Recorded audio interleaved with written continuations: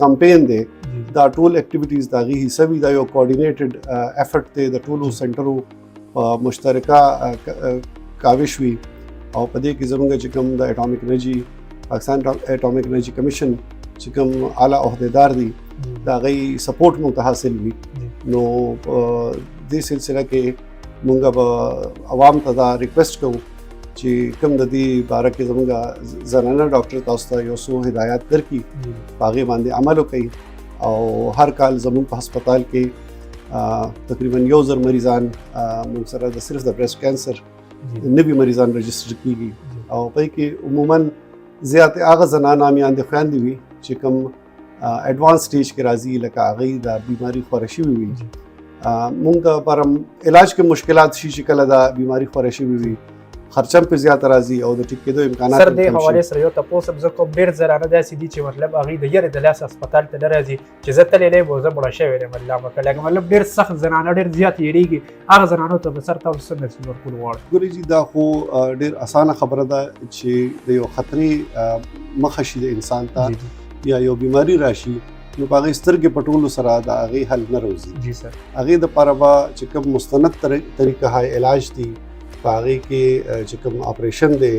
هغې دپاره تاخیر نه کول پکار چې په وخت اپریشن وشي. که په هغې کې بیا ډاکټران ورته څه ډریپونه کیموتھراپي یا ریډیشن تھراپي سجیسټ کړي یا څه ګولۍ ورته سجیسټ کړي هارمون تھراپیز نو په هغې باندې د ډاکټر د مشورې مطابق عمل کول پکار دي. هر غوټه چې کوم په سینه کې وي هغه کینسر نه وي په سلو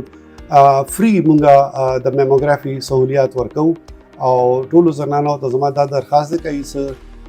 فیملی کې څوک د بریسټ کینسر مریض وي نو د ضروري پکار ده چې خپل سکرینینګ میموګرام په دې ورځو کې وکړي. په دې ورځو کې مونږ هغې نه هېڅ قسمه چارجز نه کوو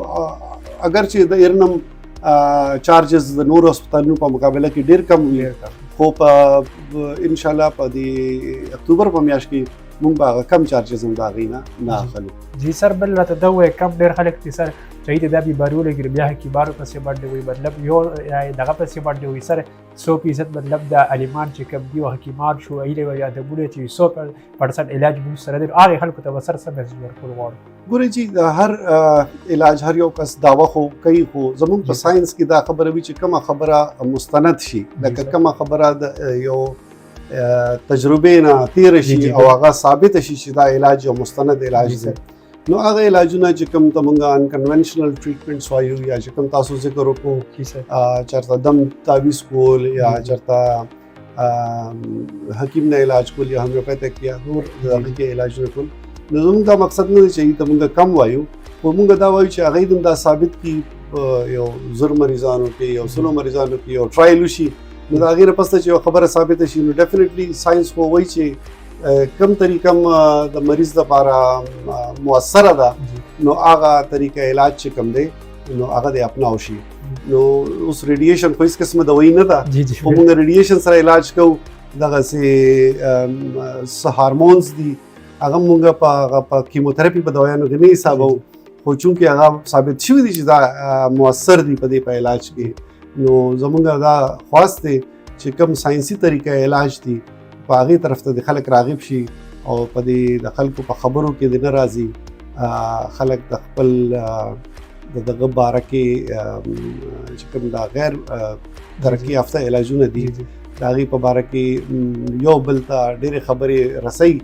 نو زما هغې ته دا خواست دی چې کوم ساینسي طریقې علاج دي چې ټوله دنیا کې رایج دي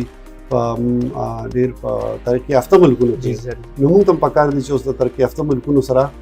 په مطابقت کې خپل علاجونه شروع کړو. جی سر اخیری سوال کوم سر د ډېر کم کسان چې مطلب فرست سټیج کې راشي که نه سر د هغې علاج خو تاسو وایئ چې ممکن دی که نه سر کم کسان چې ډېر لیټ شي هغې خلکو ته به څه میسج ورکول غواړئ؟ ګورئ جي علاج خو په هر سټیج کې ممکن دی علاج خو د علاج آیا